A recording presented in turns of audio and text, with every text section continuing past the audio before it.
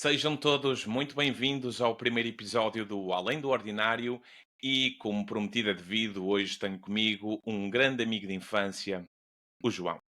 Também já o chamei de Roquete, Rodas, Roca, Tecida, Johnny, Big Johnny, mas nos dias de hoje assume-se como João Pequeno. Convidei-o a estar aqui conosco por reconhecer nele um coração gigante, por ser um grande amigo do seu amigo e por ter acompanhado de perto o meu processo de transformação.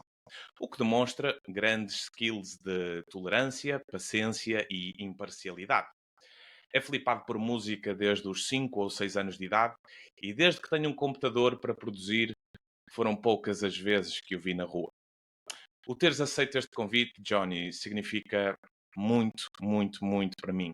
E muito obrigado por estares aqui hoje e por teres apoiado e acompanhado a criação e desenvolvimento deste podcast.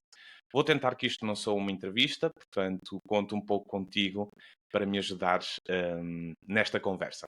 Pode ser? Deixa-me só Conta-me. dizer isto, desculpa. Pá, primeiro é um privilégio enorme estar aqui contigo e estamos a conversar. Eu acho que vai ser difícil ser uma entrevista porque vai ser mais uma das nossas conversas. E depois estava aqui a reparar, tipo, deves ter sido a primeira pessoa que não precisou de fazer trabalho de casa para fazer esta intro altamente. Sabias tudo, sabes tudo desde os 4 5 O anos. trabalho de casa foi uma vida inteira, né? Pois, é isso, é isso. Altamente. Obrigado. Big Johnny, começo por te perguntar: porquê João Pequeno quando me pareces alguém demasiado grande? Opa, obrigado. É um ponto de vista. Pá, se calhar não me acho assim tão grande, mas o jogo pequeno é porque. Desculpa. Pá, eu, como te lembras, quando eu era miúdo, comecei pelos grafites e havia sempre aqueles nomes, tinha de ser sempre a soar americano, ou soar assim uma cena muito pomposa.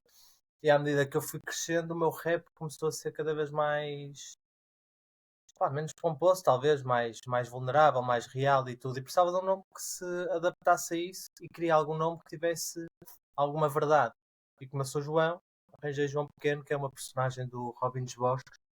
Na verdade, há quem diga que há duas pessoas que dizem que me deram o nome, eu não me lembro exatamente se fui eu que me lembrei, se foram eles que me deram, mas acabou por ficar. Achei que me assentava assim mais. Não é uma questão de ser modesto, é só porque é mais perto do nome real. Mas obrigado. Ok, ok. Nascemos no Porto, na Foz, e fomos vizinhos durante os nossos primeiros 14 anos de vida. E quem nunca lá viveu encara-nos como os betos. Mas para quem vive na Foz sabe que fugimos daquela norma. Faz-te sentido esta afirmação? O que é ser beto para ti? Pá, faz porque é isso. Há dois pontos de vista. Há o ponto de vista externo e o interno, não é? E nós, para o externo, não nos conseguimos livrar, bastava dizermos que éramos da Foz, que éramos logo rotulados como uma série de estereótipos. E para dentro nós éramos outsiders sempre, não é? Pá, mas sim, viver na Foz e ser Beto.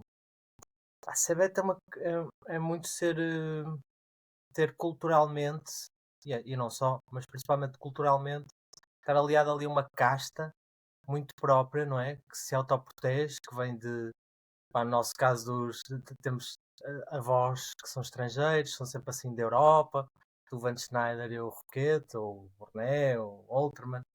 Ou seja, temos sempre assim um nome que vem uma estrangeirada qualquer que veio para, aí, para os vinhos do Porto, ou assim, e depois aquilo começou ali a fazer aquela coisa: o rico casa-se com a bonita, tem filhos ricos e bonitos, que se casam com ricos e bonitos. Então há sempre assim uns códigos que vão ficando, e para mim eu atribuo o Beto muito mais a isso do que propriamente a guita, a dinheiro. É mais esses códigos que eu e tu reconhecemos muito bem, que é de cá também. Mas dentro disso, acho que fugimos muito à norma. Ok. Pá, não sei muito bem porquê, mas fugíamos porque acho que não nos adaptámos a essas merdices. É esses Acho que era rótulos. isso. Uhum. Uma vez assumiste numa música tua que o que te choca não é a diferença, mas sim a indiferença. E eu identifico-me bastante com essa tua conclusão e dá-me vontade de perguntar publicamente quais são para ti as diferenças mais gritantes entre nós. Cool. Opa, quais são as diferenças mais gritantes? Pois é, eu dizia, eu estava a falar em relação à sociedade, eu agora estava-me a lembrar da letra, do contexto, na altura era ricos e pobres. O que me choca não é a diferença, o que me choca é a indiferença. Ahm, e pá, Uhum. mas sim, aplica-se a tudo. A nós somos muito diferentes. Ahm, mas, mas eu acho que olha, uma das cenas que nos liga muito, e acho que é muito mais importante que as diferenças, é o não sermos indiferentes, nem eu nem tu. Estamos sempre constantemente a analisar, estamos sempre constantemente preocupados com o que está à volta. E isso é um grande ponto que se eu pensar em todos os meus amigos, que são todos muito diferentes uns dos outros, era aquilo que estávamos a dizer no outro dia a conversar. Era, se reunisse tudo num aniversário e olhar, ia ser uma mescla de gente muito diferente. E se eu tentasse encontrar um padrão do que era em comum, era isso. Era uma questão muito mais de valores do que propriamente de percurso de vida, de origens ou de gostos, porque, porque acho que é isso que me faz colecionar amigos duradouros. E tu tens isto, por muito controverso que possas parecer para muitas pessoas, eu sei que no fundo é isso. É o que nos liga, são valores. Ok, conseguiste fugir bem à pergunta, mas eu vou trazer aqui Ah, algumas diferenças então não. notórias que existem entre nós para esta conversa e vou começar aqui com a primeira. Ah, Na minha família não tive ninguém que verdadeiramente se envolvesse e promovesse as minhas criações, mas tenho reparado ao longo destes anos todos que quase toda a tua família já participou em criações tuas. hum. Então, quão importante tem sido a família para o teu desenvolvimento? Pá, tudo. Isto é quase aquela coisa do que é que importa mais, a genética ou o meio. E cagando na parte da genética, o meio é tão importante e tão determinante em nós. E começa sempre pela família, por aqueles que nos são mais chegados. Então, o privilégio de eu ter muitos irmãos, como tu sabes, e uma família grande, e os pais depois divorciaram-se, então ainda há segundos e terceiros pais pelo caminho, e depois noras, tudo isso, faz ali um núcleo enorme que uma família é muito determinante, neste caso é tão polivalente, tão grande, que acaba por estar próximo de todos nas suas vertentes, estás a ver? Sei lá, meu irmão que é ator e eu lido mais com umas coisas, a minha mãe com outros, o meu pai com outras, pelos seus ofícios ou assim, vou tirando dúvidas, então vou-me envolvendo com eles de várias maneiras. No caso da música, como todos eles têm um cheirinho qualquer, mais ou menos, de música, ou sabem tocar umas coisas, ou cantam, ou têm jeito, alguns até mais que eu, algumas coisas, acabo sempre por usá-los como mão de obra barata. Não, porque faz todo sentido. Ok. Faz mesmo sentido. Se as pessoas são tão importantes para mim e se o meu trabalho procura ser orgânico, vulnerável, puro, verdadeiro, opa, então tem de ser nesse ambiente. É nesse ambiente que eu sou mais isso. Vou trazer mais uma diferença. Chuta. Acompanhaste de perto a minha fase de playboyzinho e a constante procura da mãe na diversidade de mulheres com quem estive, e no entanto, nos teus 13, 14 anos encontraste a tua mulher e é com ela que tens estado e com quem estás nos dias de hoje. Qual é ou quais são os segredos para um relacionamento duradouro? Será que sabes? Não, não sei. Opá, e acho que era presunçoso dizer que sei. Opá, acho que, por exemplo, comparando eu e tu, acho que seguimos percursos diferentes só porque sim, não com muito mérito de cada um. Pá, eu apaixonei-me loucamente por uma rapariga que andava no meu quinto ano. Não me apaixonei no quinto, apaixonei no sexto, mas ela andava comigo desde o quinto e aquilo bateu-me como se fosse assim uma. Eu achava na altura que era uma primeira namorada e dizia aos meus amigos: "Pô, eu gosto dela mesmo muito, muito, muito." Os meus amigos, ah, tá bem, para a semana vais gostar de outra. E o tempo foi passando e pronto, e tivemos outras pessoas pelo meio, mas fomos sempre encontrando e aquilo foi sempre fazendo a mesma chama e foi dando certo. E eu acho que o segredo, a verdade é esta, não é o dar certo, é ir dando certo. Ir dando certo. A única coisa que eu faço, além de me entregar como entrego um pai, uma mãe, um irmão, uma filha com todo o coração e com toda a amizade, mas é aquela base do amor que é uma premissa para tudo. Pá, a única diferença que eu faço é, de vez em quando, tentar fazer, eu já tinha dito isso, fazer um ponto de situação de eu quero mesmo estar aqui, eu gosto mesmo desta pessoa, estou acomodado ou não, como é que estão as nossas coisas, e até ao momento, sempre que eu faço esse balanço positivo, eu quero estar com aquela pessoa. E acho que é isso. Tu- Pronto, estavas a comparar-nos nesse aspecto de passaste por muita gente e tiveste Yeah. assim um percurso mais atribulado. E até sim, tens essa explicação. Como é que tu disseste? Procurar a mãe. Isso é mesmo interessante. Procurar a mãe em todas as mulheres com quem te cruzaste. Sim. Aham. Faz. Isso é que é freudiano. A partir do momento em que fui fazendo alguma terapia, Chegaste aí. não sei, mas a partir do momento em que fui fazendo alguma terapia, essa necessidade e essa busca incessante foi acalmando e acalmando e acalmando. Uhum. Mas foi algo que concluí. Tenho aqui mais uma diferença entre nós. Então, Uhum. sempre que tenho uma ideia para criar alguma coisa, bem ou mal, eu acabo por manifestar esse impulso e sei que há algo que sai cá para fora. No entanto, desde os teus 12 anos que queres soltar um álbum para o mundo e ele teima em não aparecer. Que dificuldades e percalços tens enfrentado e será que está quase? Opa, vou começar pelo Tinha que fim. fazer Acho esta que está pergunta. quase. É, espero que esteja quase. Opa, que problemas têm enfrentado? Estou a pensar como é que eu hei de dar uma resposta curta a isso. Porque eu acho que pá, eu tinha muita vontade, só para contextualizar a malta, tu lembras de mim com 6 7 anos a adorar música. A primeira banda que eu fiz foi contigo, na nossa arrecadação, nos nossos arrumos lá do prédio, estás a ver, vizinho, com baldes e com o teu teclado da Casio. E eu já aí, pá, ia para casa, tipo, noitada, até às 11 fazer músicas e lembro de pegar nos loops. Olha, a primeira música que eu fiz foi com o teu caso. Tipo, havia uma música. Eu fiz aí uma música e tinha essa cena, Yeah. pá, era fascinado com aquilo. Por isso, tendo esse fascínio, é óbvio que eu quero muito fazer música desde puto e bem. E esse e bem é que me trouxe uma data de obstáculos que teve a ver com o meu É que estragou crescimento. tudo. Sim, estragou tudo. Que é isso, pá, tu acompanhaste mais ou menos aquele excesso de liberdade e alguma falta de disciplina e de inseguranças depois foram crescendo a partir daí e pá, culminou com depressão e com tudo, fizeram com que eu não conseguisse ser bom naquilo que mais queria, naquilo que era mais importante, nomeadamente escola e música. Era aquilo que ia ficando pelo caminho.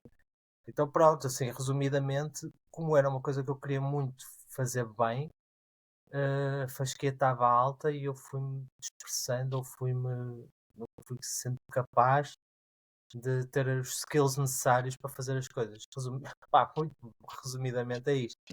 Acho que agora já tenho, foi uma luta de anos e anos e anos e décadas para ter os mínimos olímpicos para poder fazer as coisas, um mix entre o bom que eu quero, um prazer que me dê chegar lá e ter, ter a equipa certa e ter as A mínima ferramentas que estão qualidade que tu sim, ao meu aceites. dispor, não é? Não pode ser perfeccionismo ao mais alto nível, mas é um bom senso entre isso. Está quase. Vamos entrar aqui um pouquinho. Está quase, está bom. Estou mortinho por ver isso. E vou ser dos primeiros a comprá-lo. Vamos entrar aqui um pouquinho mais no meu mundo e trazer uma outra teoria da conspiração à conversa. Ah, Sei que não és muito essa praia, mas tenho que trazer um pouquinho isso. Desde 2007 que demonstro a amigos e família que está para chegar um certo caos e em 2017 comecei a alertá-los sobre o bichinho que apareceu em 2020 e que pelos vistos já saiu de moda, né? Numa das tuas músicas públicas mais recentes dizes que vai ficar tudo bem. E como sei que não foste daqueles que foram pagos para alimentar essa narrativa, dá mesmo vontade de perguntar: o que é que quiseste dizer com isso? Achas mesmo que vai ficar tudo bem? E se sim, o que precisamos de fazer para que fique tudo realmente bem? pá, tu obrigas-me a respostas enormes, porque conheces tão bem cada detalhe que sabes que é impossível responder a isso de forma curta. Mas então é assim, apesar, como tu disseste, eu não sou muito dado a teorias da conspiração, no sentido em que eu sou muito desconfiado. Mas desconfiado para mim não é cético. Aliás, eu odeio o ceticismo, na verdade. E quando tu pesquisavas muito isso e tu estudaste 1000 vezes mais que eu, à partida, pá, tendo tu 2 dedos de testa, como eu sei que tens tu muito mais know-how que eu. Então, a minha humilde postura sempre foi de ouvir e pôr em hipótese. A cena é essa. E tenho feito isso, e tenho pesquisado, e tenho, pá, conclusões não dá nunca para chegar a nenhuma, porque estamos a falar de coisas gigantescas, não é? Mas há várias teorias da conspiração, este nome de merda que um gajo tem de usar, mas opá, dentro disso acho que essa música foi concretamente para o Covid, vai ficar tudo bem. E eu não sei se isto se aplica a Uhum. todas as teorias da conspiração, a todas as eras da humanidade, mas o vai ficar tudo bem nesse sentido era com verdade, sim, não fui pago para dizer isso, mas porque é que eu dizia que vai ficar tudo bem? Dizia, vai ficar tudo bem enquanto nos soubermos amar. Ama como sabes, ama quem te ama, ensina a amar quem nunca amou, encontra quem te chama. E acho que a solução para a maior parte das coisas é o amor. Eu, na altura, no Covid, lembro de ver toda a gente desesperada, toda a gente com medo, toda a gente a fechar-se, e eu percebi que a solução não estava aí de todo, estava dentro das medidas que cada um achasse necessárias para precaver a sua saúde, estarmos próximos e entre ajuda e amarmos. E isso é o que se aplica a quase tudo. Pá, se um dia tivemos de lutar contra robôs, ou tivemos de lutar contra um poder, pá, enorme, muito maior que nós, não sei se o amor vai resolver tudo. Mas para os dias que correm, até agora, para mim é a melhor solução. Por isso é que eu digo, vai ficar tudo bem enquanto nos soubermos amar. Até ver. Top. Sim, eu ouvi a música, mas quis trazer esse assunto e até porque eu concordo com a resposta, não é? Uhum. Mas na Já mesma sei. música, da pergunta anterior, dizes que vamos sair disto juntos, mas que a luta vai ser dura e questionas-te se morreremos mais da doença ou se morreremos mais da cura.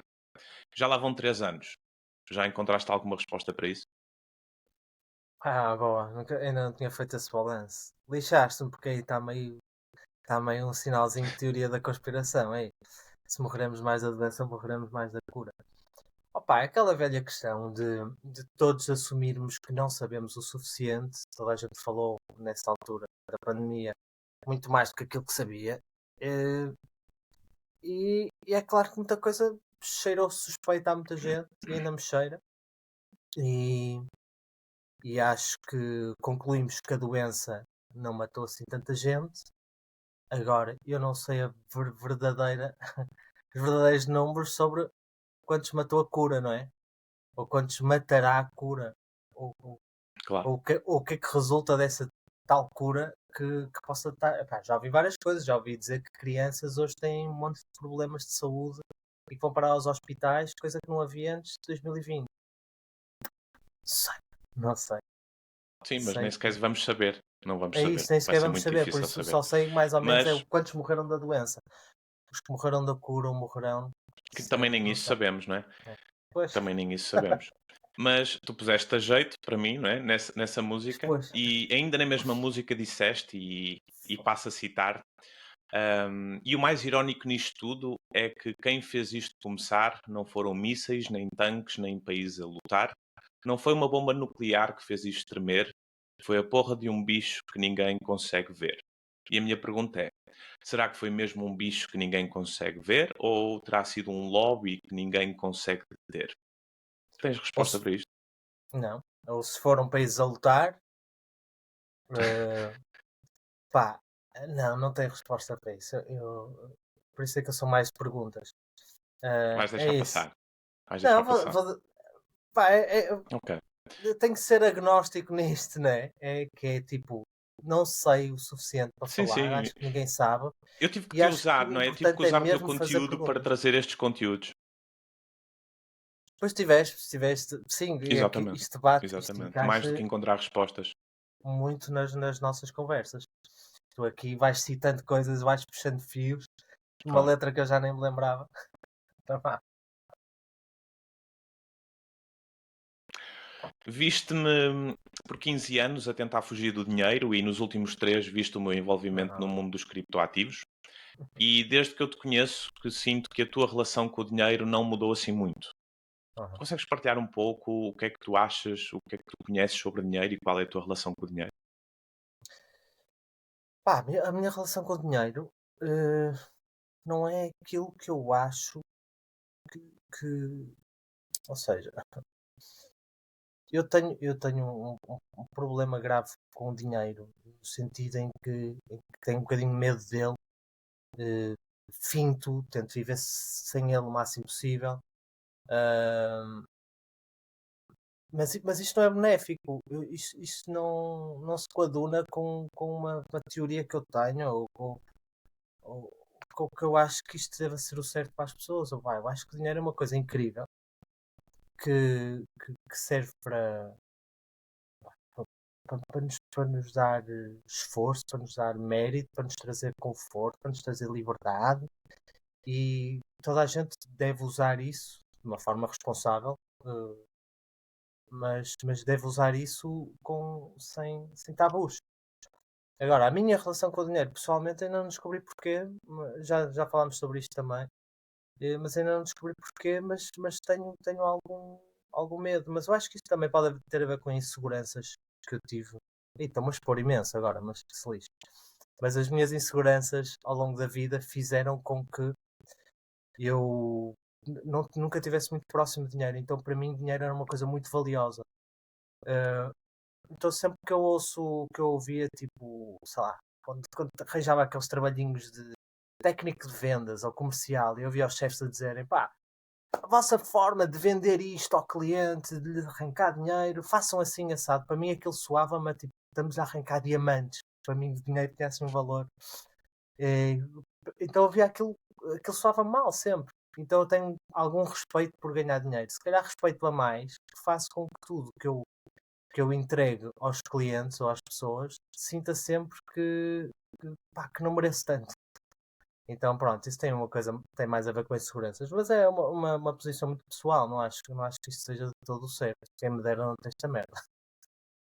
Eu não sei se é o certo ou errado, é o que e tu és um ser em aprendizagem, portanto, É seguramente isso, estou a aprender. que podes vir a mudar se tiveres Já, de mudar. já tenho mudado bastante por força das necessidades, não é? Agora com mais responsabilidades e tudo na vida adulta, claro que não encaro desta forma, mas ainda reconheço esse traço. Eu tento fintá-lo, mas reconheço.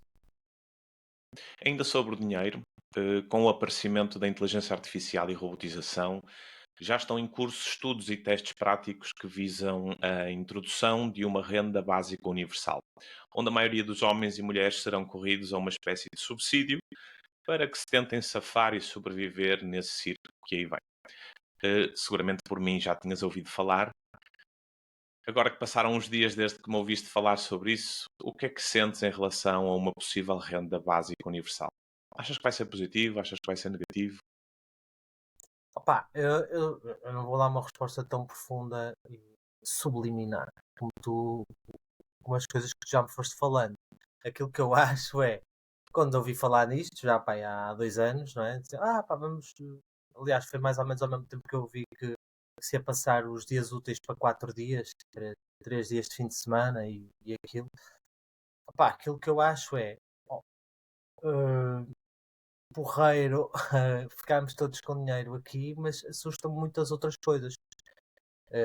Primeiro é que vamos ficar muito mais dependentes disso, não vamos nós conseguir produzir mais valor à medida que as máquinas, mas isso pronto, é uma consequência das máquinas. As máquinas ocupando o nosso lugar, vão sempre fazer mais e melhor que nós, por isso já fomos, no fundo. E depois a coisa que mais me preocupa é uma premissa muito básica que é olhar isto é mesmo polémico, mas os subsídio-dependentes, que obviamente eu nesse aspecto até tenho um lado socialista, o pouco que eu tenho, tem muito a ver com isso, com tentar reequilibrar a balança social para que quem não tem oportunidades consiga ter os mínimos e a sua dignidade e tudo. Mas a verdade é que quando os mínimos são o suficiente para tu não precisares trabalhar, tu ficas, para além de ficares Encostado. preguiçoso e encostado, ficas mais triste. Eu noto isso, o facto de não teres nada que possas, que- para o qual te possas esforçar, acordar todos os dias com uma motivação. Isso assusta uma sociedade assim, vai ser uma sociedade doente, vai ser uma sociedade louca, vai ser uma sociedade. Não sei, estou a especular, mas acho isso, acho mesmo tipo que o ser humano não foi feito para estar sempre de férias e que já se viu isso na sociedade que dá problemas. Por isso é o meu maior medo e essa é uma coisa muito palpável. Sem ir para outros campos, basta isso para me assustar. Ok. Tu falaste de máquinas e no início desta conversa, se calhar citaste uma possível guerra no futuro entre homens e mulheres e máquinas. Hum. Posso concluir que tens receio que toda esta tecnologia da inteligência artificial e todas as suas nuances tomem conta do cotidiano dos homens e das mulheres. Faz sentido isto? Opá, tenho, obviamente. Mas tu não tens. Depois até te vou devolver essa pergunta, mas ah, pá, acho que ainda não ouvi ninguém inteligente e culto dizer que. Nós sempre ouvimos dizer tipo, agora vem a internet, cuidado que isto vai ser ou não sei o quê, cuidado. Nós sempre temos isso, geracional. Aliás, eu lembro de ser miúdo e o meu irmão Tiago dizia, quando me ouvia dizer isso, uma vez chegou a casa e disse assim: Olha, vou-te ler aqui uma frase. E leu, é de uma pessoa muito importante. Esta geração está perdida, os novos, os mais novos. Com esta geração não vamos a lado nenhum. E ele, sabes quem disse? Eu, quem? Ele, tipo, Pitágoras, não sei quantos mil antes de Cristo. Ou seja, sempre tivemos isso e as coisas sempre se foram solucionando, não é por aí. Mas pela primeira vez eu acho que está toda a gente em pânico, pela incerteza de, pela primeira vez, nós não vamos ser pertinentes no nosso próprio mundo. Não vai depender de nós. Então é um ponto de interrogação gigante em que todos ficamos impotentes. Será que quem se vai safar é quem tem mais guita no banco neste momento? Mais guita debaixo do colchão neste momento? Quem tem mais saúde? Quem trabalha com as máquinas? Quem faz trabalhos que não dependam de máquinas? Sei lá, a educação, uma coisa qualquer em que consigas estimular pessoas ou seja, coisas que ainda assim o ser humano durante muito tempo vai preferir o outro humano à máquina. Eu não sei quem é que se vai safar melhor aqui, mas que vai ser um rombo maluco, vai. E pá, no outro dia eu vi um gajo a dizer assim: não tentem parar o vento com as mãos, porque isto está a vir aí com toda a Não vai força e dar. vai ser muito rápido, ninguém vai saber o que é que vem daqui. Mas agora pergunto-te, tu tens medo? Eu tenho um receio muito grande porque eu vejo que hoje em dia quase tudo o que fazemos já tem máquinas, né? Então, claro que existe a componente do homem ou da mulher no meio do processo, porque não se fazem máquinas à mão, são as máquinas que já fazem máquinas. E são Fazem as homens a operar máquinas, as máquinas. exatamente, são os homens e as Não mulheres que deixar de o operam as ser. máquinas e que tomam a decisão, não é? Seja no design, seja na execução. Ainda Yeah. está lá o homem ou a mulher para clicar no botão ou nos botões para que as coisas possam acontecer. Mas a pergunta que eu me tenho feito nos últimos anos é: e se tirarmos o homem e a mulher da equação, será que as máquinas não vão ter capacidade de se reproduzirem a si próprias? Isso já acontece, mas com a intervenção do homem e da mulher, mas com jeitinho há de faltar muito pouco para que o homem e a mulher saiam dessa equação. E isso aí assusta-me, claro que sim, porque vejo que o homem e a mulher perde o sentido da vida, perde o sonho, e vai ficar se calhar com uma só missão, que será desligar a máquina, não é? E hoje em dia a maior parte das coisas que fazemos na vida depende de máquinas. Nós já não comemos, se vivemos numa Aham. cidade, já não comemos sem máquinas, porque é uma máquina que leva a comida para o supermercado, não é? E é uma máquina que te faz pagar, e é uma máquina que te abre as portas, e é uma máquina que permite o teu carro, outra máquina, entrar dentro do parque de estacionamento. Portanto, nós já convivemos com as máquinas, mas o meu grande receio é quando a máquina, de certa forma, tiver uma certa vontade de tirar o homem e a mulher da equação. Então deixa-me Espero só que. fazer este cenário. Então, Força. imagina que em 10 anos, próximos 10 anos, e 10 anos é muito, 80% dos trabalhos das pessoas vai deixar de existir, vai ser substituído por máquinas. E as pessoas vão ter um subsídio. Em 10 anos, como é que tu achas que vai ser? Como é que vai ser o cenário a nível humano? Em Se termos de entrarmos por aí, eu felicidade, acho que vai em ser o termos de circo. produtividade, em termos de medos, de inseguranças, de dependências, como é que tu vês? Como é que tu tiras o pulso à sociedade de 2044, 34?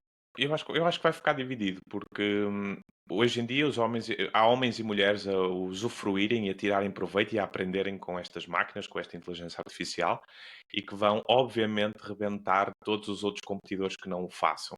Ok? Não digo já nos próximos 2 anos, mas nos próximos 10. Então, se calhar, vai estar uma base da pirâmide muito grande, com mais de 90% da população a trabalhar, a dar o que quer que seja, eu não sei se será dinheiro, hum, a meia dúzia de pessoas e empresas que comandam estas tecnologias. Aqui o grande problema vai ser mesmo como é que isso vai acontecer de forma minimamente saudável. Não vejo saúde aí no meio. Vejo que se o ser humano, se não tiver objetivos, se não tiver sonhos, vai ser muito difícil ser saudável. Em relação ao dinheiro, se somos todos corridos, ou quase todos corridos, a uma renda básica universal, ou renda única universal, o próprio valor do dinheiro vai ficar completamente estúpido, algo que nós não imaginamos. Óbvio, Então, presumo que o dinheiro vai valer muito pouco. claro. E nós. E isso leva-me à outra pergunta que queria fazer. Aí faz-me sentido, se isso acontecer, o slogan da ONU para 2030. Então, eu sei que não aparece na televisão e que isto ainda não é um assunto mainstream, mas esse slogan diz-nos que não terás nada e serás feliz. Então, se entrarmos num mundo da robotização, da inteligência artificial a dominar quase todas as áreas que nós necessitamos no nosso dia a dia, e eu acredito que antes do dinheiro perder todo o seu valor, nós vamos ter que recorrer aos nossos bens e aos nossos serviços para conseguirmos sobreviver. E se tu começas a vender, a desapegar-te de bens e a trocar os teus bens por certas coisas que necessites, daqui a nada não tens nada. E só tens uma hipótese, que é de procurar ser feliz, não é? Porque aqui eles assumem no slogan que serás feliz. Eu ponho as minhas reticências aqui, não consigo ver que seremos felizes, mas teremos uma única hipótese, que é procurar essa felicidade. Faz-te sentido, ou melhor, surpreende-te este slogan vindo daquilo que nós consideramos ser a Organização das Nações Unidas? Completamente, surpreende-me imenso. Nem nunca ouvi esse slogan. Esse slogan ainda vai ser posto, ainda não está oficial. Se fizeres umas Já o pesquisas encontras básicas, oficialmente. já o encontras, já o encontras. Não faço ideia o que é que isso quer dizer. Quer dizer, posso especular, mas duvido que isso seja. Ou seja, eu não sei o que é que isso quer dizer enquanto teoria oficial. Porque se é o quê? Não terás nada? Eu estou a tentar, tipo, pôr de parte teorias da conspiração e pensar o que é que eles quererão dizer. E não consigo encontrar uma explicação. Porque a questão é essa. Porque tu estavas a falar. Eu não sei se podemos relacionar estes dois assuntos, mas num cenário em que nós somos corridos a uma renda mínima e o dinheiro por isso perde valor, não é? Porque dinheiro tem de estar associado a valor, a diferencial. Eu esforço mais, tenho mais dinheiro, não é? Quase como um músculo. Se todos formos musculados, eh, Ninguém é nascemos todos forte. assim. O mais forte é quem fizer um bocado mais do que isso, não é? Por isso eu não sei o suficiente de economia para perceber isso. E depois há o outro lado que é isso. Eu também não vejo ninguém muito feliz. Por isso, se não tiveres nada, serás feliz.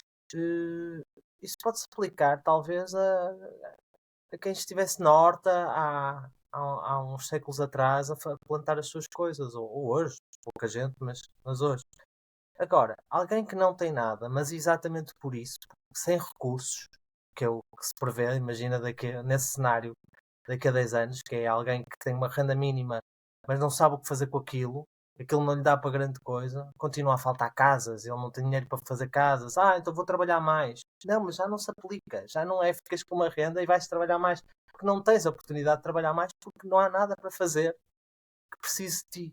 Mas a máquina faz melhor que tu. É isso, por E isso mais rápido e mais mais barato. rápido e mais barato. Ou seja, tu não tens sequer oportunidade, que é essa ideia que nos vendem, de que nós vamos ficar com o mínimo e depois trabalhamos o resto. Não, isto com a inteligência artificial nós não trabalhamos o resto, nós nunca vamos estar à altura de uma máquina nesse aspecto. Então não percebo como é que se consegue ser feliz. Opá, não sei.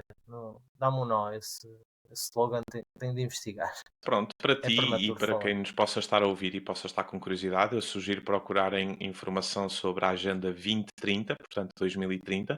Hum. É uma agenda, penso, se não estou em erro, com 17 pontos, em que embelezam, na minha limitada forma de ver as coisas, embelezam esses 17 pontos para, enfim, para que esta verdade nua e crua, ou esta ideia nua e crua, nos vá entrando devagarinho.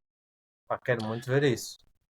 Muito curioso. Sim, sugiro mesmo que dês uma olhadela. Há coisas que eu acredito que a inteligência artificial, por mais que tente, não vai conseguir. Tipo que Ela pode nos dar uma espécie de um abraço, mas não nos vai conseguir fazer sentir aquilo que nós sentimos num abraço. Mas nós precisamos de um Hum, abraço, certo? Daqui a 4 gerações vão precisar de um abraço. Eu claro que não, acredito, se nós hoje em dia eu já acredito que sim, precisamos. mas eu noto as pessoas a ficarem desconectadas. Como isto é exponencial, esta evolução tecnológica, e nós, à medida que vamos ganhando conforto, vamos ficando. Eu já te contei, eu não sei se te disse isso uma vez, estava a trabalhar, quando era miúdo, estava a trabalhar tipo porta a porta a vender uns serviços quaisquer, televisão por cabo, ou uma qualquer. Eu lembro que passei num bairro e estava a tocar às portas e vinha a vizinha e dizia: não, a dona dela não está. Ela deixa ficar com o filho no primeiro andar, o filho, porque ela vai trabalhar, não sei o quê, mas se quiser, deixa-me os papéis que eu dou-lhe, não sei o quê, não sei, sabiam a vida todos uns dos outros e vivem em comunidade. Eram mais pobres, precisavam mais uns dos outros. Atravessava a rua e ia para um condomínio fechado. Tocava num, não atendia, tocava ao vizinho. Olha, sabe-se aqui a vizinha? Eu não sei quem mora aí. Eu nunca reparei se morava aí alguém ou não. Yeah. As pessoas, quanto mais conforto têm, menos precisam umas das outras. Então, se compararmos isto geracionalmente, os nossos trisavós, o quanto eles precisavam de convívio, ou seja, o quanto o convívio não era colmatado com o Netflix, o quanto um abraço não era colmatado com outra merda qualquer, e que nós nos vamos adaptando aí, será que não vamos chegar a um ponto? Olha, isto está com a bateria fraca. Será que nós não vamos chegar aí a um ponto em que não vamos precisar assim tanto desse abraço ou tanto de conviver? Isso é que me assusta. Até que ponto é que isso é essencial na Eu acho que vamos humanidade ou precisar não? sempre. Eu também, espero que sim, quero acreditar que sim. Nós vamos precisar sempre, não é? Hoje em dia, a maior parte, não vou dizer a maior parte, mas muita gente consome refrigerantes, não é? Aqueles típicos, não vou citar nomes, não me interessa fazer publicidade, mas o facto de já existirem 2 ou 3 gerações de pessoas que consomem esse tipo de refrigerantes não faz com que as pessoas não precisem de água, não é?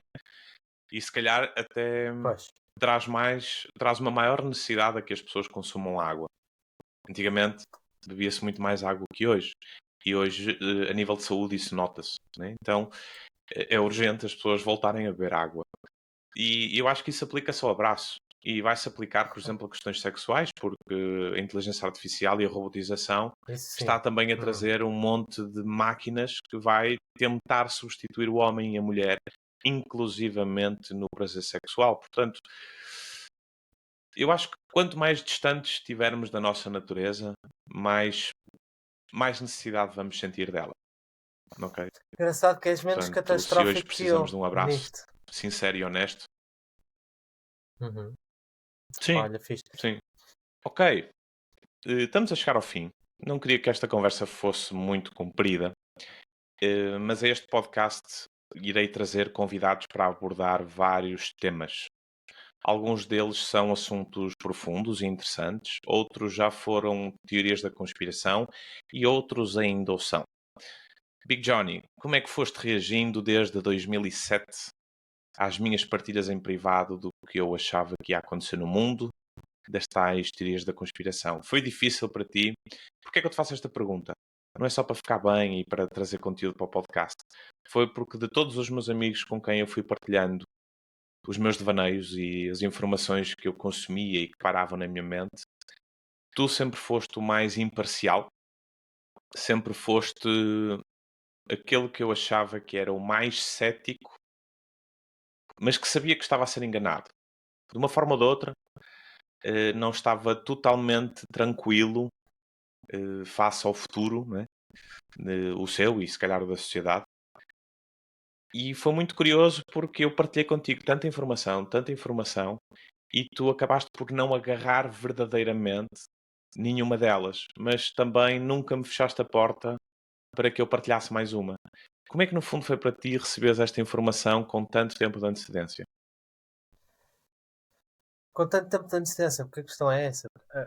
Há bocado estava aqui a falar contigo sobre outras coisas e pensei para mim, fogo, meu, isto há 5, 6, 7 anos era conversa de loucos. De loucos. E agora estamos aqui a Yeah. falar e eu tenho a certeza que a maior parte das pessoas já ouviu isto e tipo, não, pá, já ouvi outro podcast a falar sobre isso e já não é assim. Há umas, se podemos ir deep, não é? Há umas que é como tu dizes, que ainda não se pode. Agora, muitas delas, de repente, já é normalizado pôr-se em questão. E eu estava a pensar nisso, estava a olhar para ti e a pensar como isto agora está a soar natural, mesmo nós estando a divulgar esta conversa, coisa que há 7 anos atrás, ou 8, tu começaste a falar disto. Há 10? É há 10, pelo menos. Não, há mais. Desculpa, agora pareceu um velho. Há 12. Há 12. Pá, era uma loucura. Era. Era uma loucura por vários motivos. Primeiro que não se falava. Mas eu nunca pesquisei nada, mas pus tudo em hipótese. Ou seja, se tu me disseres assim, isto não é vermelho ou castanho, é uma ilusão, não sei o quê, um dia vai-se explicar. Eu, eu não tenho por que não pôr em hipótese. Então quando tu me chegaste com coisas, eh, talvez me tenha assustado a quantidade de coisas e a tua ânsia e a tua procura. Porque tu ias mesmo fundo, meu. Tu entravas num vórtice, meu, de pesquisa, pesquisa, e depois tu dizes-me que vais pesquisar por vários sítios para não te ficas só com uma coisa, nem com duas, nem com três, então dar a volta aos pontos de vista todos sobre um assunto é uma cena exaustiva mesmo. E era muito absorvente naquela altura alguém estar a falar disso. Eu falava disto contigo e não falava com mais ninguém. É como tu dizes, a minha postura sempre foi de não agarrava nada e continuo a não agarrar, mas só por ignorância. Se calhar porque estou em piloto automático na minha vida, na correria, e não posso. E nisso tens muito mais mérito que eu, porque na tua correria da tua vida tu resolves não ficar satisfeito com o que te dão. E eu, para mim, limitei-me só a pôr a hipótese. E mesmo assim, isso já é além do ordinário, já viste? Só fazer isso, só ouvir-te e dizer assim: este gajo, à partida, não é maluco, o que ele diz faz sentido, eu não tenho motivo nenhum para refutar isto. E quer dizer, eu contigo farto-me de fazer de advogado diabo, não é? Estou sempre a dizer, ó João, mas e não sei o que, não sei o que mais, achas que dava? E eu adoro. E quando por exemplo, há uma coisa que eu tenho de confessar que aconteceu com o tempo, que é, eu dizia-te, tu dizias, uma conspiração, assim, assim, pá, imagina isto que está a acontecer, parece que e os lobbies estão todos unidos e isto está a passar-nos cá uma imagem, sei lá, ao nível governamental, muito diferente. Eu dizia, tu estás maluco, meu? Tu achas que com tanto cientista, ou com tanta gente já lá metida nos corredores de coisas que acontecem, sei lá, decisões a nível global, isto não ia desmontar tudo pela raiz e lá por dentro, pelos alicerces, por gente que vinha cá para fora dizer coisas, não sei o quê. Tu acredita que não, isto é mais forte do que parece. Hoje em dia já acredito plenamente nisso que tu dizes.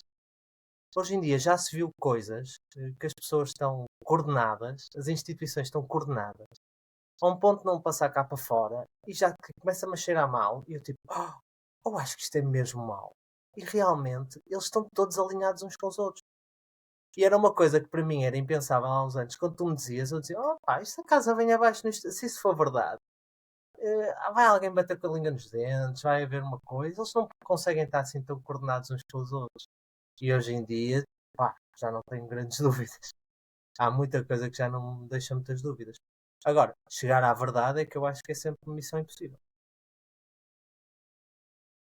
Claro, claro. Eu acho que para chegarmos à verdade vamos ter que conhecer a mentira toda primeiro. É isso, Hum, quero isso. Johnny, penso aqui em mais duas perguntinhas, talvez, para ti. Sentes que Portugal pode ter um papel importante num futuro próximo para a humanidade em geral? O espírito português, a personalidade portuguesa, Portugal, o Quinto Império que Fernando Pessoa falava, É, sentes que pode ser importante para a humanidade? o Quinto Império acho que uma versão de um Portugal que já não existe. Como isto é exponencial, eu já vejo poucos vestígios disso, percebes? Então acho que é quase que nós nos segurarmos a uma ideia quase tipo, quase que no futebol. Fomos campeões em 84. Quer dizer, não fomos nós, foram a gente em 84. Por isso esse português eu não sei até que ponto é que ainda existe. E pá, este Portugal, pá, por exemplo, em termos económicos, nós é um país feito de pequenas e médias empresas, que é um disparate nos dias que correm não serem competitivas porque hoje em dia o mercado é o mundo, não é? É quase como Portugal ser uma rua, mas tu não estás a competir com uma rua, estás a competir com o bairro inteiro. Então, nesse aspecto, nós não temos grande coisa para dar. Em termos de espírito e isso, como estavas a falar, pá, pensando naquilo que tu estás a dizer, em que tudo que é afetos, tudo que é forma de pensar, de, de comunicar, de estar entre humanos, vai ser imprescindível quando as máquinas chegarem em força. Então se calhar sim, nós temos alguma coisa para ensinar ao mundo nesse aspecto, percebe? Somos pessoas bem ricas, somos um povo bem rico nesse aspecto. Sabemos viver em comunidade, às vezes passivos demais, mas sabemos. Somos quentes, somos fraternos, somos solidários. Isso é tudo, tipo, existe uma herança católica cá em Portugal que se coaduna muito com os meus valores e com os teus também, por muito que nós sejamos contra a religião, temos muito desses valores Cristã, cristã. cristão e culturalmente isso absorveu tanto que se tu olhas para o bom português em bons costumes, temos imensas coisas que eu e tu valorizamos. Temos outras que repudiamos imenso. Somos uns passivos do Uhum. caraças, não temos espírito de iniciativa nenhuma, somos os últimos na maratona. Mas temos imensas coisas que valorizamos. Pá, talvez isso possa ser muito importante em 2034, nas máquinas, na era das máquinas. Vamos ver. A inteligência artificial. Ou mais cedo, ou mais cedo. Hum, E se der merda, o que é verdadeiramente importante para ti? Tens algum plano? Não tens? O que é Opa, que gostavas de ter ao pé de ti, ao teu desculpa lado? ser só isso. Eu adorava ter-te devolvido estas perguntas todas que tu me fizeste a mim. Agora já passamos um bocadinho, mas a fazer o podcast a perguntar-te isto tudo. Há imensa informação que tu tinhas para dizer. Estou Mas aberto a pronto, isso. a malta vai saber nos próximos episódios. Mas então diz-me só, o que é que tu achas que Portugal poderia ter a ensinar daqui a 10 anos ao mundo? Ou ser um bom sítio? E por que motivos? Muito honestamente, eu acho que teríamos que não só olhar para o passado e para a história, como olharmos para as nossas famílias, os nossos amigos, os exemplos que estão vivos ainda hoje e tentarmos fazer uma lista de tudo aquilo que consideramos ser bom, ok? E se fizermos algumas viagens pelo mundo, se conhecermos pessoas de outros países, de outras culturas, tentarmos perceber quais são aquilo que nos dá saudades de casa, de saudades de Portugal, dos nossos amigos, da nossa cidade, do nosso país, que nós teimamos sempre, ou quase sempre, em dizer mal, mas que muitas vezes, quando estamos em contato com outras culturas, se formos honestos, sentimos saudade. Então, eu acho que seria importante refletirmos só quais são as coisas boas que nós aprendemos dos nossos pais, da escola, enfim, das nossas convivências na rua ou dentro de casa com amigos. E, e acho que era isso. Eu não sei se isto é inerente somente a Portugal, acredito que seja inerente aos homens e mulheres, portanto, a toda a humanidade, que uns países já foram à frente, estão à frente no que toca ao esquecimento desses valores e princípios, dessas coisas boas que os homens e mulheres conseguem trazer. E Portugal, como foi ficando sempre para trás nessa corrida, foi sempre dos últimos a chegar, não é? Se calhar foi o país que menos perdeu, ou um dos países que menos perdeu essas coisas boas que nós fomos trazendo ao longo da história. Então eu não É, consigo definir muito bem se é um coração do português, se é as boas intenções, se é a falta de competitividade que o português tem, se calhar a falta de malícia, de uma forma geral, que Portugal tem. Mas eu acho que era focar-nos mais nos valores e princípios que nós temos dentro de nós. Não há como fugir. Nós temos mesmo esses valores e princípios dentro de nós e isso vê-se em encontros com outras culturas. Se me pedis para definir, nunca tinha pensado muito nisso, definir de uma forma mais concreta, mas acho que eu próprio não conseguiria dar uma resposta interessante. Tínhamos que juntar um monte de portugueses, se calhar de norte a sul do país, para que fizéssemos um debate, uma introspeção coletiva e, porque a e primeira conseguíssemos introspeção é chegar quem somos nós, não às é? nossas origens. O que é primeiro definir o que é o português, o que é que tem. Sim, E é aquilo que tu dizias, é quando nós vamos lá para fora e começamos a sentir saudades de Portugal, é do quê? O que é que nós temos aqui exatamente. que não se tem tanta quantidade lá fora? E porquê é que isso é importante? E depois, na última análise, é isso. Isso devia ser ter valor no futuro. Há de ter, acho que sim. Eu tenho medo que nessa altura em que o homem ficar mais maquinizado, mais máquina, Robotizado. robotizado, que, que, que, isso, que isso, como tu dizes, nessa tua perspectiva, isso ainda vai ser mais importante. Essas características únicas da humanidade. Pá, isso nós temos de sobra, cara, felizmente. Então faço-te a pergunta que te estava a fazer há bocado. E se der Hum. merda?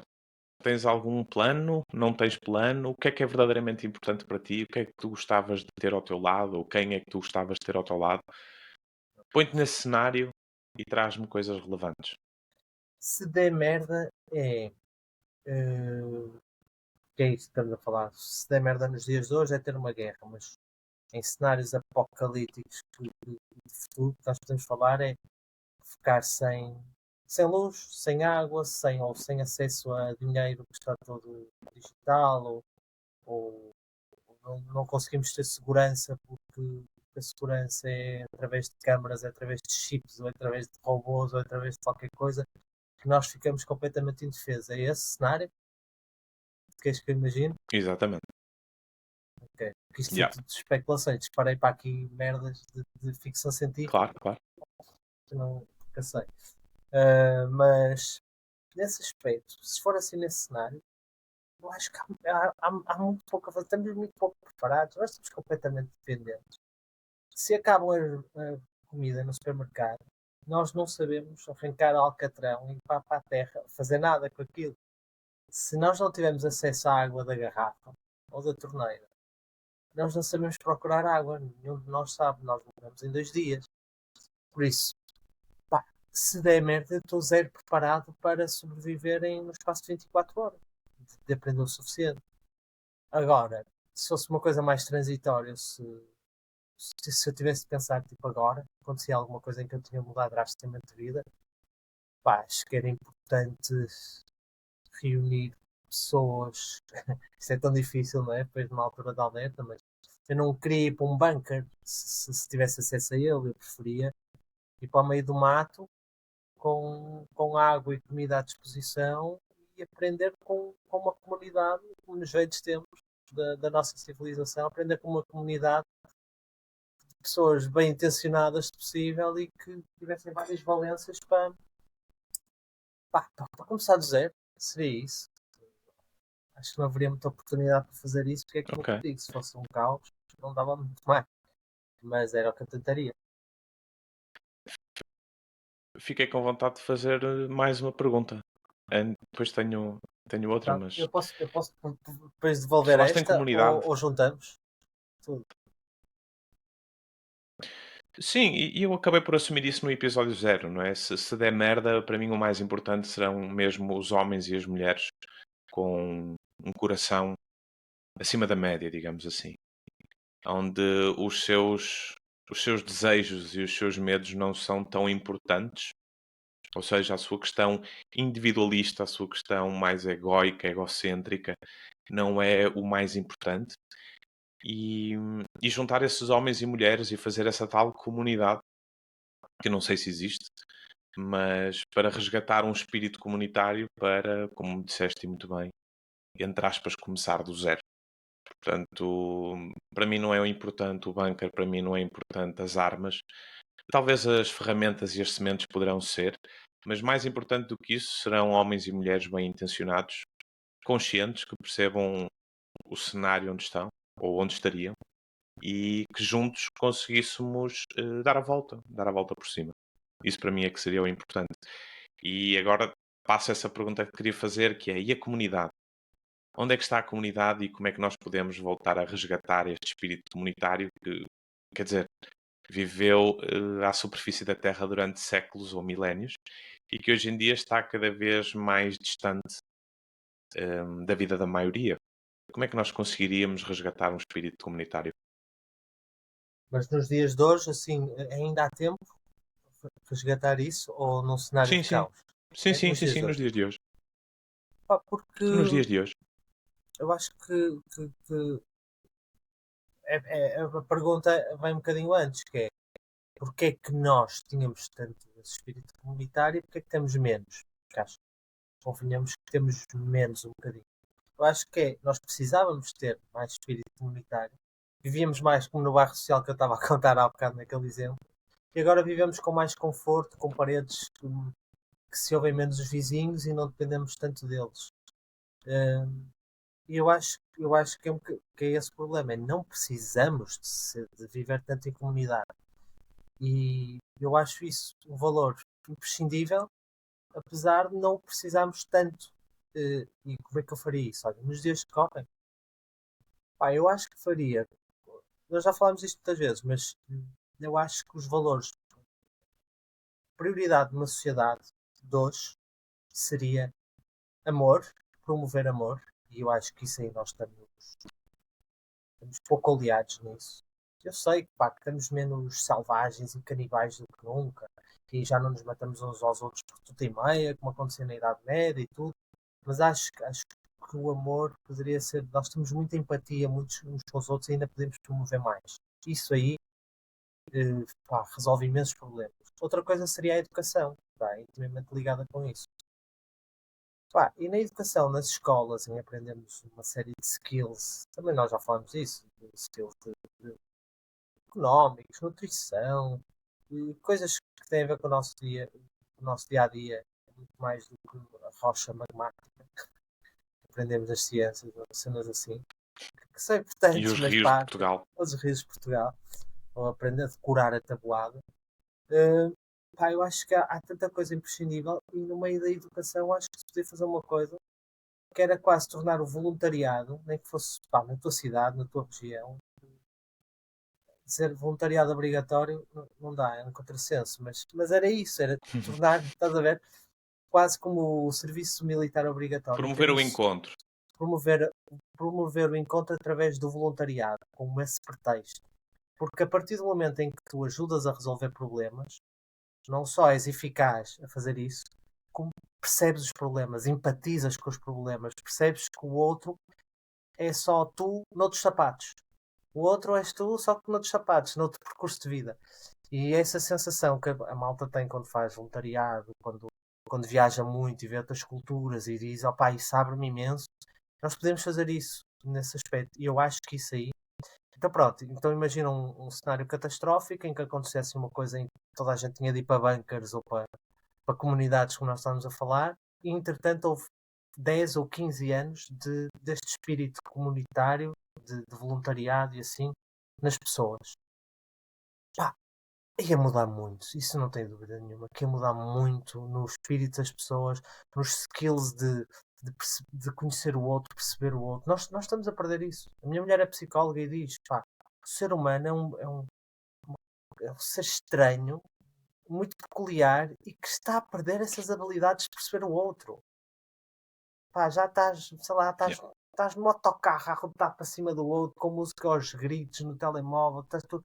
Há uma falta de sentido do próximo. Eu acho que esse tipo de coisas, de ações, promovia muito isso. E ajudaria imenso depois uma situação de catástrofe a começar de zero, se quiser ir por aí. Ok. O que é que Seria, no achas? fundo, amor, empatia e educação. Yup. Acho ótimo. Acho ótimo. Tenho aqui mais uma perguntinha para ti. A última. Uma das tuas músicas mais ouvidas na net é Verdade ou Consequência? E isso leva-me a querer te fazer a ti essa pergunta. Big Johnny, verdade ou consequência? Consequência. Ok, claro que isto estava programado. Queria fazer-te um convite e no fim do ano quero escrever um livro além do ordinário e adorava disponibilizar umas páginas para cada um dos convidados que estiverem aqui comigo à conversa para se poderem expressar livremente para os leitores sobre o que está para trás, sobre o que virá nos próximos anos, sejam eles conselhos, dicas ou simples devaneios. Aceitas o convite de participares coletivamente na criação deste livro? Claro que sim, foi espetacular, mas agora não sei que pertinência, o que é que eu tenho de pertinente a dizer, mas se tu viste em mim pertinência para me convidares para aqui, então pá, espero não desiludir, mas acho que sim, acho que eu gostaria de ler uma cena assim. Espetacular, obrigado pelo convite. Maravilha, maravilha. Vamos a isso, Nada, vou-te dar novidades em breve sobre a criação desse livro. combinado. Sugiro até que vás pensando no assunto para depois não sair assim à pressão e à última da hora. Mas, mas obrigado por teres aceito esse convite também. Obrigado Obrigado por pelo teres convite. aceito o convite de estares aqui hoje connosco. Obrigado. E Big Johnny, vemo-nos ainda esta semana ao vivo e a cores. Valeu, Big Johnny, vamos a isso, olha, um grande e abraço para boa ti sorte com isto. e muito obrigado. És grande. Um grande abraço, até à próxima. E para ti também. Valeu, um abraço grande.